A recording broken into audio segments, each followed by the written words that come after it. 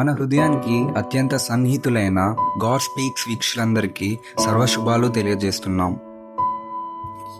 నీవు దేవునికి దూరం అయిపోయావా? మరలా తిరిగి దేవుని దగ్గరకు ఎలా రావాలి అని నీవు తెలుసుకోవడం కోసం ఈ వీడియోని చివరి వరకు చూడండి. మొదటిగా, తెలియక చేస్తే తప్పు, తెలిసి చేస్తే పాపం. అలాంటిది నీవు తెలిసి తెలియక ఎన్నో పాపాలు తప్పులు చేసి ఉండొచ్చు. కానీ ఒకప్పుడు నీవు దేవుని సన్నిధిలో ఎలా ఉన్నావో నీకు గుర్తుందా? ఒకప్పుడు నీవు దేవుని సన్నిధిలో మొదటిగా ఉండేవాడివి, దేవుని పనుల్లో చురుగ్గా ఉండేవాడివి. అలాంటిది నీవు లోకంలో పడిపోయావని నీవు గ్రహించావా? నీవు నిన్ను ప్రేమించిన దేవుణ్ణి సంతోషపరచడం కోసం దేవుని సన్నిధిలో దేవుణ్ణి స్తుతించావు, దేవుని వాక్యం బోధించావు. అయినప్పటికీ నీవు పాపంలో మరలా పడిపోయావు. నీవు ఒక మాట ఇచ్చావు, గుర్తుందా? దేవా, నేను ఎల్లప్పుడూ నీ సన్నిధిలో ఉంటాను ప్రభువా.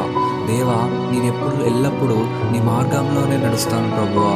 నేను ఎల్లప్పుడూ ఎడతెగక ప్రార్థిస్తాను ప్రభువా అని మాట ఇచ్చావు. నీకు గుర్తుందా?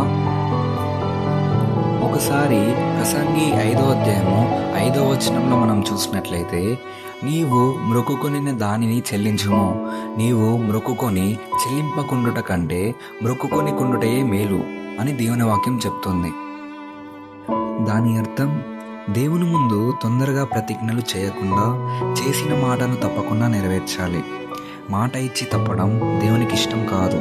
కాబట్టి బాధ్యతగా భయభక్తులతో మాట ఇవ్వాలి. అయితే మరలా ఒకసారి ఆలోచించు. ఒకప్పుడు నువ్వు దేవుడితో ఉన్నావు కదా, ప్రార్థన చేసేవాడివి కదా, బైబిల్ చదువుతున్నవాడివి కదా.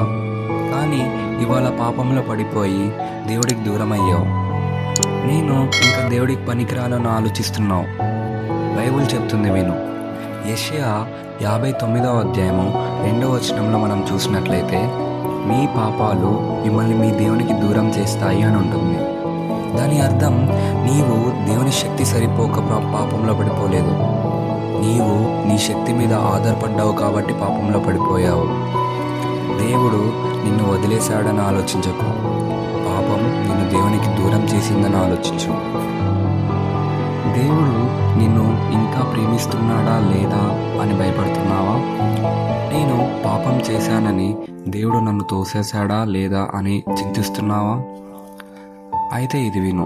బైబిల్ చెప్తుంది, విలాప వాక్యంలో 3వ అధ్యాయము 22 నుంచి 23 వచనాలు మనం చూసినట్లయితే, యెహోవా కృపల వలన మనం నశించలేదు, ఆయన కరుణ ప్రతి ఉదయం కొత్తది.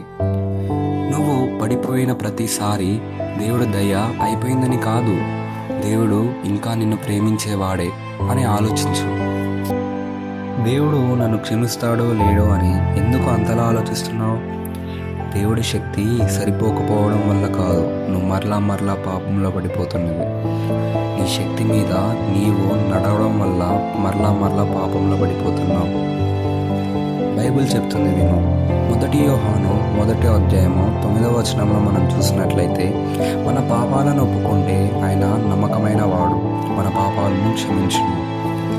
దేవుడు క్షమించాడా లేదా అని డౌట్ పడాల్సిన అవసరం లేదు. మనస్ఫూర్తిగా మన పాపాలను ఒప్పుకుంటే క్షమాపణ ఖచ్చితంగా దొరుకుతుంది. నీవు మరలా పడిపోతున్నావని ఆలోచించకు. నీ బలహీనతను దేవుడికి చెప్పు. ప్రభువా, నా శక్తి సరిపోవట్లేదు, నేను మరలా పడిపోతున్నా అని నువ్వు అనుకుంటున్నావా?